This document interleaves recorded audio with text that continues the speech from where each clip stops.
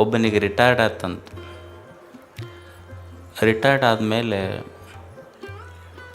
ಅವನ ಸ್ನೇಹಿತಿಗೆ ಹೇಳಿದ್ನಂತ, ನನಗೆ ಯಾಕೆ ಸರ್ಕಾರದವರು ಅರ್ಧ ಪಗಾರ ಕೊಡಕತ್ತಾರೆ ಈಗ. ಅವ್ರ ಸ್ನೇಹಿತಂದೆಲ್ಲ, ನೀವು ರಿಟೈರ್ಡ್ ಆದ್ರಿ ಅಲ್ಲ, ಈಗೇನು ಕೆಲಸ ಇರೋದಿಲ್ಲ, ಅದಕ್ಕೆ ಅರ್ಧ ಪಗಾರ ಕೊಡ್ತಾರೆ. ಇಲ್ಲ, ಮೊದಲು ನಾವು ಏನೂ ಕೆಲಸ ಮಾಡ್ತಿದ್ದಿಲ್ಲ, ಅವಾಗ ಪೂರ ಕೊಡ್ತಿದ್ರು. ಅವಾಗೂ ಏನೂ ಮಾಡಿಲ್ಲ ನಾವು, ಆದರೂ ಪೂರ ಕೊಟ್ಟಾರ. ಸುಮ್ಮನೆ ಅದು ರಿಟೈರ್ಡ್ ಅನ್ನೋ ಒಂದು ಶಬ್ದ ಇಟ್ಟಾರ ಅಷ್ಟೇ ನಮಗೆ. ಈ ದೇಶ, ನಾಡು, ನುಡಿಯ ಬಗ್ಗೆ ನಮಗೆ ಅಭಿಮಾನ ಇರಬೇಕು. ಯಾಕಂದ್ರೆ ಇದಕ್ಕೆ ಭಾಳ ಮಂದಿ ಪ್ರಾಣ ಕೊಟ್ಟು ಇದನ್ನು ನಮ್ಮ ಕೈಯಾಗಿಟ್ಟು ಹೋಗ್ಯಾರ. ಅದಕ್ಕೆ ಇದನ್ನು ನಾವು ಸರಿಯಾಗಿ ಜೋಪಾನ ಮಾಡಬೇಕು. ದೇಶವನ್ನು ಜಾತಿ, ಧರ್ಮ, ಪಕ್ಷಗಳಿಂದ ದೇಶ ಒಡೆದಾಳುವುದಲ್ಲ. ದೇಶವನ್ನು ಅಭಿಮಾನದಿಂದ, ಹೃದಯದಿಂದ ದೇಶ ಕಟ್ಟಬೇಕಾಗ್ತದೆ. ಅದಕ್ಕೆ ಪ್ರಾಮಾಣಿಕ ಕೈಗಳು, ದೇಶದ ಬಗ್ಗೆ ಅಭಿಮಾನದ ಹೃದಯಗಳು ಬೇಕಾಗ್ತವೆ. ಅಂಥ ಹೃದಯದ ಎಸ್ ಕೆ ಕಾಂತ ಅವರಿಗೆ ಧನ್ಯವಾದಗಳು. ನಾನೊಂದು ಹುಬ್ಬಳ್ಳಿಗೆ ಹೋಗಿದ್ದೆ ಒಮ್ಮೆ. ಅಲ್ಲಿ ಒಂದು ಆಸ್ಪತ್ರೆ ಉದ್ಘಾಟನೆಗೆ ಹೋಗಿದ್ದೆ. ಅದನ್ನು ನೋಡಿ ನನಗೊಂದು ವಿಷಯ ತಿಳಿಯಿತು.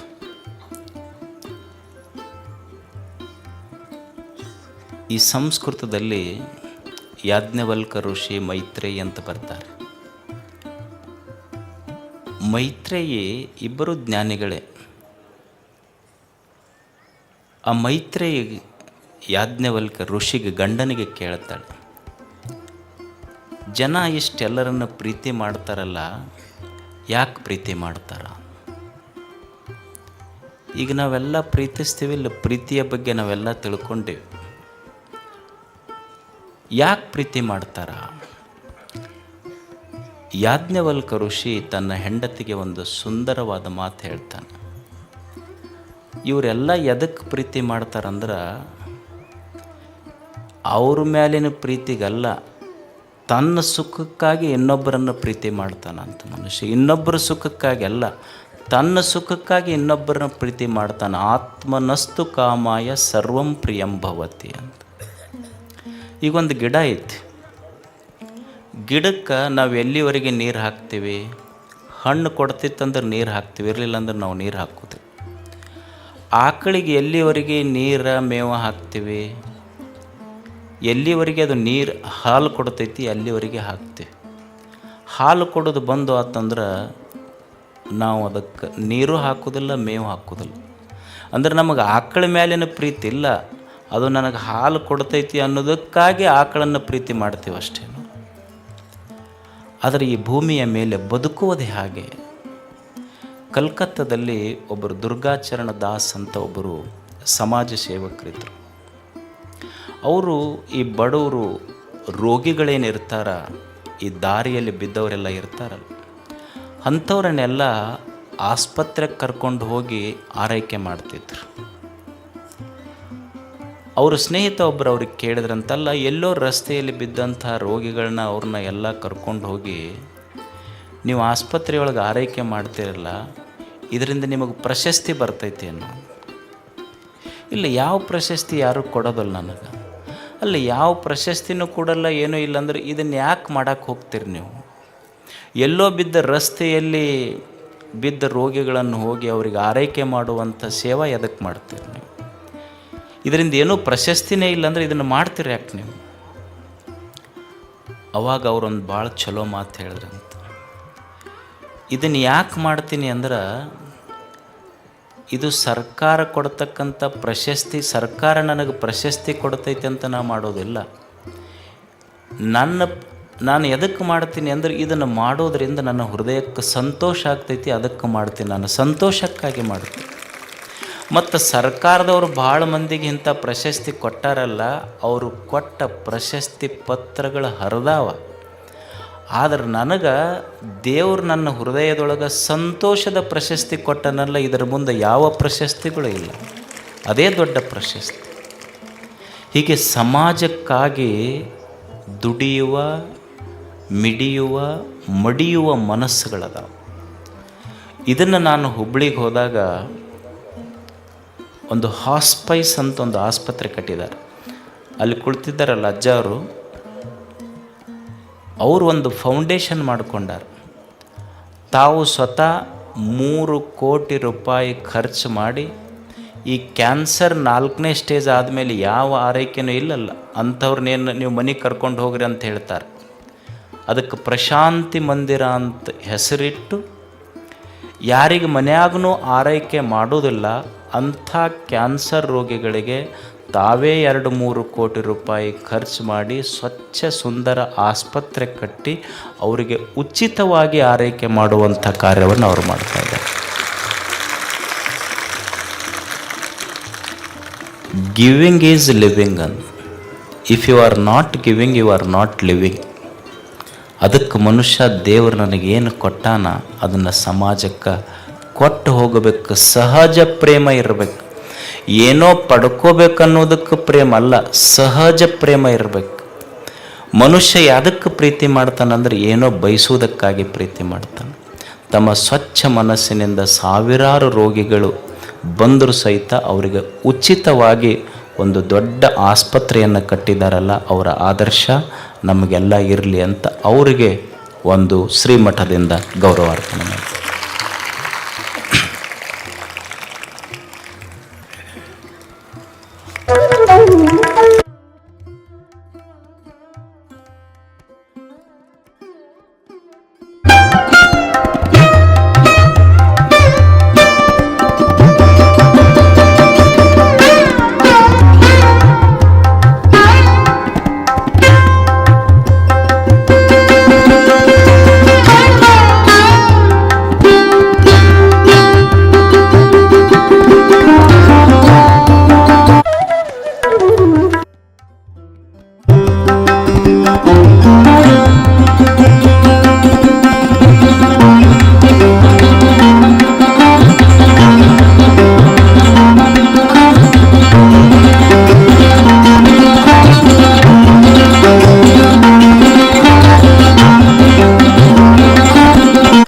ಸ್ವಚ್ಛ ಪ್ರೇಮ ಇತ್ತು ಅಂದ್ರೆ ಜಗತ್ತು ಭಾಳ ಸುಂದರ ಕಾಣ್ತೈತಿ.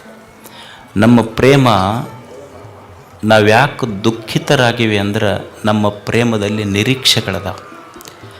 ಈಗ ಒಂದು ಹುಡುಗಿ ಇರ್ತೈತಿ. ಅವರು ಮದುವೆಗಿಂತ ಮುಂಚೆ ಪ್ರೀತಿಸಿದಾಗ 1000 ಕನಸುಗಳನ್ನು ಕಂಡಿರ್ತಾರೆ. ಮದುವೆ ಆದಮೇಲೆ ಹಂಗೆ ಉಳಿತಾರನ ಅವ್ರು ಏನ್ರ?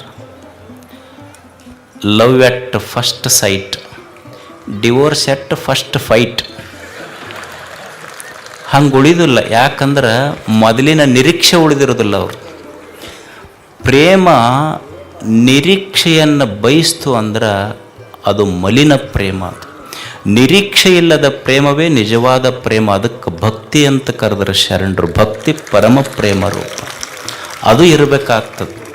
ಈಗ ನಮಗೆ ಹಂಗೆ ಆಗೋದಿಲ್ಲ. ಈಗ ನೋಡ್ರಿ, ಯಾರೇ ಚಹಾ ಕುಡಿಸಂದ್ರೆ ನಾವೇನು ಅಂತೀವಿ ಅಂದ್ರೆ, ಯಾಕೆ ನಿನಗೇನು ದಾಡ್ಯಾಗೈತೆ ಅಂತೀವಿ ಇಲ್ಲ ಈ ಶಬ್ದ ಬಳಸ್ತಾರೆ. ನಿನಗೇನು ದಾಡ್ಯಾಗೈತೆ ಚಹಾ ಕುಡ್ಸಕ್ಕೆ ಅಂದ್ರೆ ಅವನಿಗೆ ದಾಡಿ ಆದಮೇಲೆ ಇವ ಚಹಾ ಅವ ಚಹಾ ಕುಡಿಸಂದವನಿಗೆ ಕುಡಿಸೋದಿಲ್ಲ. ಬೇಕಂದವ್ರಿಗೆ ಕೊಟ್ಟದ್ದಲ್ಲ. ನಾವು ಉಣ್ಬೇಕಂದವನಿಗೆ ಹೊಟ್ಟೆ ಹಸ್ತವನಿಗೆ ಕೊಟ್ಟವ್ರಲ್ಲ. ಅವು ಪೇಷಂಟ್ ICUದಾಗ ಇಟ್ಟಿರ್ತಾರೆ ನೋಡ್ರಿ. ನೀವು ಪೇಷಂಟ್ ICUದಾಗ ಇಟ್ಟಿರ್ತಾರೆ. ಅದಕ್ಕೆ ಬ್ರೆಡ್ಡ, ಬಿಸ್ಕಿಟು, ಸೇಬು ಹಣ್ಣು, ಗೋಡಂಬಿ, ದ್ರಾಕ್ಷಿ ಅದ್ರ ಮುಂದೆ ಹಿಡ್ಕೊಂಡು ಹೋಗ್ತಾರೆ. ಹಿಂಗೆ ಅದಕ್ಕೆಲ್ಲ ಸಲೈನ್ ಹಚ್ಚಿ ಮುಖಕ್ಕೆಲ್ಲ ಏನು ಹಾಕಿರ್ತಾರಿಲ್ಲ, ಅವ್ನು ವೆಂಟಿಲೇಟರ್ ಮೇಲೆ ಇಟ್ಟಿರ್ತಾರೆ. ಅದ್ರ ಮುಂದೆ ಹಿಂಗೆ ತೊಗೊಂಡು ಹೋಗ್ತಾರೆ ಅವ್ನು ನೋಡ್ಬೇಕಂತ. ಅದು ಒಮ್ಮೆ ಕಣ್ಣು ಈ ಕಡೆ ಹೊಳಸ್ತೈತಿ, ಒಮ್ಮೆ ಈ ಕಡೆ ಹೊಳಸ್ತೈತಿ. ಅದು ಪೇಷಂಟಾಗೆ ಉಳಿದಿರ್ತೈತಿ. ಅವ್ರ ಹಿಂದೆ ಹೋದವ್ರು ಚಲೋ ತಯಾರಾಗಿರ್ತಾರೆ. ಅವ್ರು ಕೇಳಿದ್ರಂತ ಯಾರೊಬ್ರು, ಯಾಕ್ರಿ ಅಕ್ಕರ ದವಾಖಾನಿಂದ ಬಂದಿಂದ ಒಂದು ನಮೂನೆ ಆಗಿರಲ್ಲ, ಆ ದವಾಖಾನಿ ವಾಸನೆಗೆ ಊಟನ ಹೋಗೋಲ್ಲ ನನಗೆ, ಮತ್ತು ಮಿನ್ನ ಮೇದಾಳಕ್ಕ ಅದು ಹೆಂಗೆ ಹೋದ್ಯತ್ತು ಊಟ. ಅದಕ್ಕೆ ಮತ್ತೆ ಆರಾಮ್ ತಪ್ಪಿತು. ಕರ್ಕೊಂಬಂದ್ರೆ ಆರಾಮಾಗೈತೆ ಸ್ವಲ್ಪ. ಮತ್ತೆ ದವಾಖಾನಿಗೆ ಹೋಗೋಣ. ನಾನು ಹೋದ್ರೆ ಪ್ರಾಣ ಇಲ್ಲೇ ಹೋಗ್ಲಿ, ಇವ್ರು ನೋಡೋಕೆ ಆಗೋದಿಲ್ಲ ರೀ. ಅಂದ್ರೆ ಮನುಷ್ಯನ ಪ್ರೇಮ ನಮ್ಮದು ಹೆಂಗೈತಿ ಅಂದ್ರೆ ಯಾವುದೋ ಒಂದು ನಿರೀಕ್ಷೆಯ ಪ್ರೇಮ ಐತಿ, ಅದಕ್ಕೆ ಸಹಜ ಪ್ರೇಮ ಇರಬೇಕಷ್ಟೆ. ಎಕ್ಸ್ಪೆಕ್ಟೇಷನ್ ಐತಲ್ಲ, ಅದು it kills the beauty of life. ಅದಕ್ಕೆ ಯಾರಿಂದನೂ ಏನನ್ನು ನಿರೀಕ್ಷಿಸದ ಸಾಮಾಜಿಕ ಪ್ರೇಮ ಅದು ದೊಡ್ಡವನನ್ನಾಗಿ ಮಾಡ್ತದೆ ಮನುಷ್ಯನಿಗೆ. ಅದಕ್ಕಾಗಿ ಅಂಥ ಪ್ರೇಮದ ಹೃದಯ ನಮ್ಮಲ್ಲಿರಬೇಕು ಅನ್ನುವ ಸಂದೇಶ ನಮ್ಮ ಹಿರಿಯರು ನಮಗೆ ಕೊಟ್ಟಿದ್ದಾರೆ. ತಮಗೆಲ್ಲ ಧನ್ಯವಾದ.